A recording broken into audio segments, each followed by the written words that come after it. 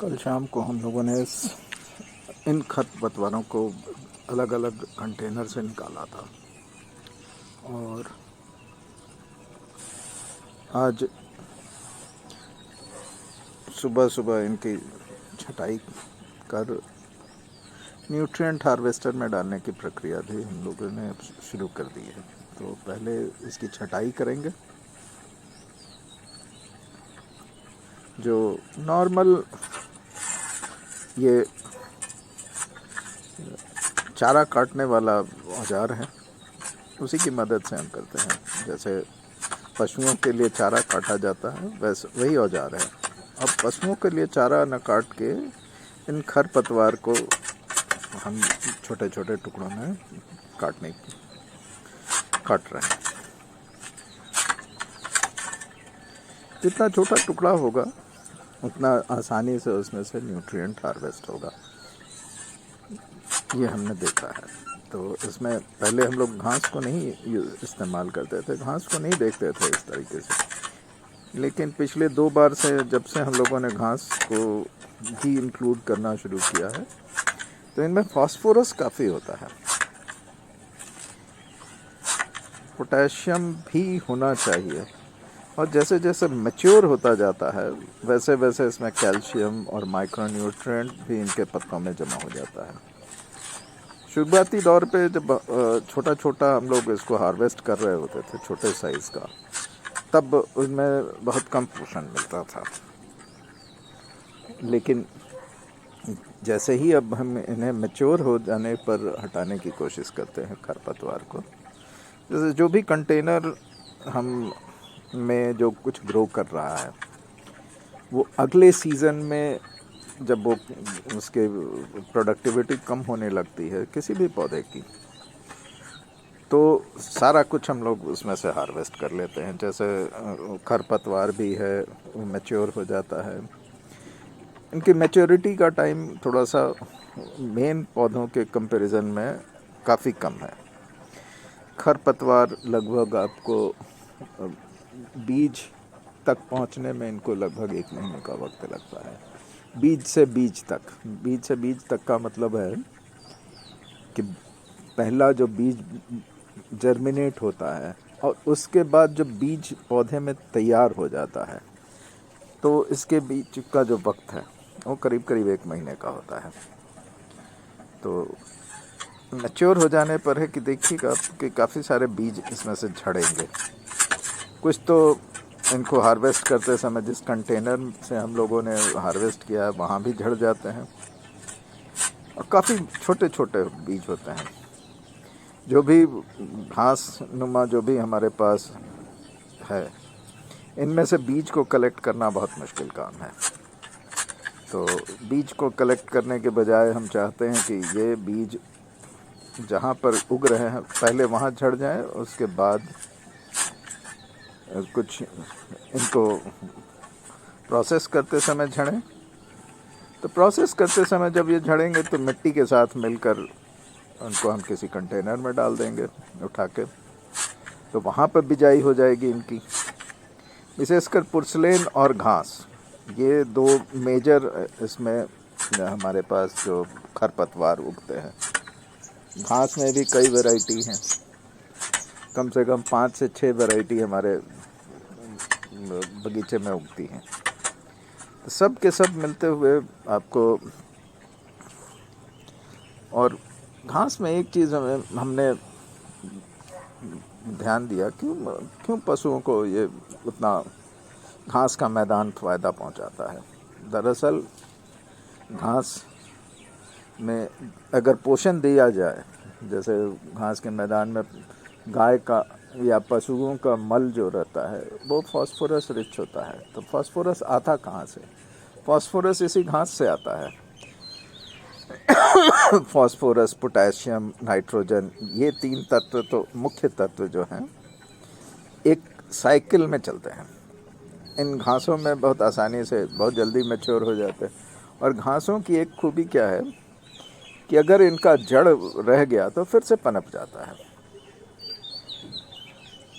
और पशु जब चरते हैं तो इनकी टहनियाँ टूट जाती हैं लेकिन जड़ सही सलामत रहते हैं। लेकिन हम जो ये करते हैं, हम पूरी तरह से उखाड़ लेते हैं ताकि उस वक्त जो भी बीज पक गया है वो यहाँ पे झड़ जाए इन बीजों में, इन ये में। और हम चाहते हैं कि हमेशा हमारे पास बीजों से जर्मिनेशन हो, जड़ों से नहीं। जड़ों से उनके ये का हम कोशिश नहीं करते हैं, हम पूरी तरह अप्रूट कर लेते हैं। तो हमेशा हमारे पास किसी न किसी कंटेनर में कुछ न कुछ घास उग रहे होते हैं, खरपतवार उग रहे होते हैं। इनको खरपतवार की श्रेणी में ही डाला जाए। सिर्फ घास ही नहीं होते, घास और पुर्सलेन ही नहीं होते, वैसे भी पौधे होते हैं जो आमतौर पे गंध युक्त होते हैं और जिनको जानवर खाना पसंद नहीं करता है। वैसे भी पौधों से हम न्यूट्रिएंट हार्वेस्ट कर लेते हैं, क्योंकि हमारे जो हार्वेस्टर का जो स्टेबलाइजर है वो पूरी तरह से किसी भी तरह के जहरीले रसायन को तोड़ देता है। सामान्य रसायन में ऐसा हम लोगों ने अब तक देखा है कि कोई भी जहरीला पदार्थ जहरीला नहीं रह जाता है हमारे न्यूट्रिएंट हार्वेस्टर में। और बहुत सारे ऐसे अल्कलॉइड्स होते हैं जो भी ब्रेक हो जाते हैं हमारे हार्वेस्टर में। चलिए, इसकी प्रोसेसिंग अब पूरी हो गई। यहाँ पर आप देख सकते हैं झाड़ू से जो एकत्रित किया जा रहा है वो उसमें बीज भी हैं। अब जो आपको हम दिखाने वाले हैं वो है हमारा बड़ा सा न्यूट्रिएंट हार्वेस्टर में कुछ समय पहले, 2 दिन पहले हम लोगों ने एक कुछ घास की गुड़ाई की थी, निकाला था। बेसिकली हम लोग गुड़ाई तो नहीं करते हैं, सीधा सीधा अपरूट कर लेते हैं। और हमारा जो सिस्टम ये है, जो पॉटिंग सॉइल है वो काफ़ी फ्लफ़ी होता है, जिससे जड़ बहुत आसानी से निकल आते हैं। थोड़ी सी ताकत लगाने से ही बाहर आ जाते हैं और उनका रूट भी कम डिस्टर्ब होता है, इसलिए वापस से अगर लगाने की ज़रूरत हो तो लग भी बहुत आसानी से जाता है। तो देखिए, इसमें से हम लोगों ने वज़न, ईंटों का वज़न हटाया, उसके नीचे जो तार की जाली उसको भी हटाया। और अभी जो हम लोगों ने चॉपिंग की हुई है, जो खरपतवार की चॉपिंग की है,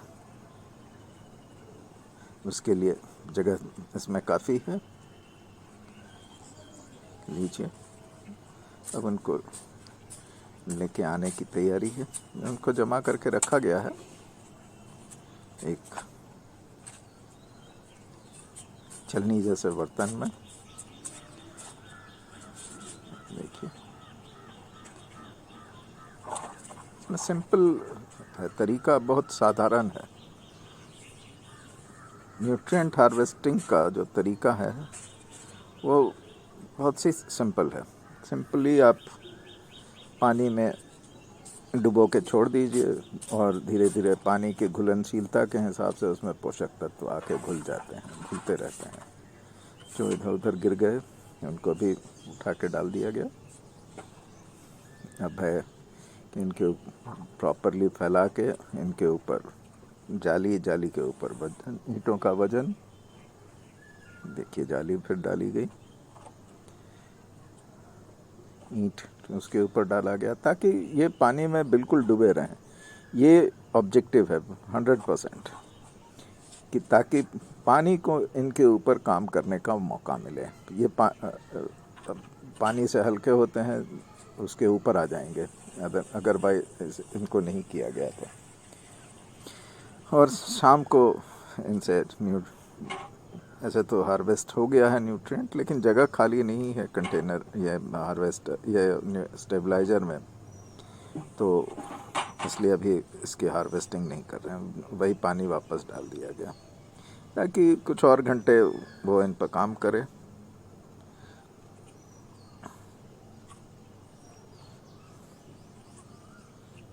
ये जो ऊपर का ग्रोइंग बकेट है,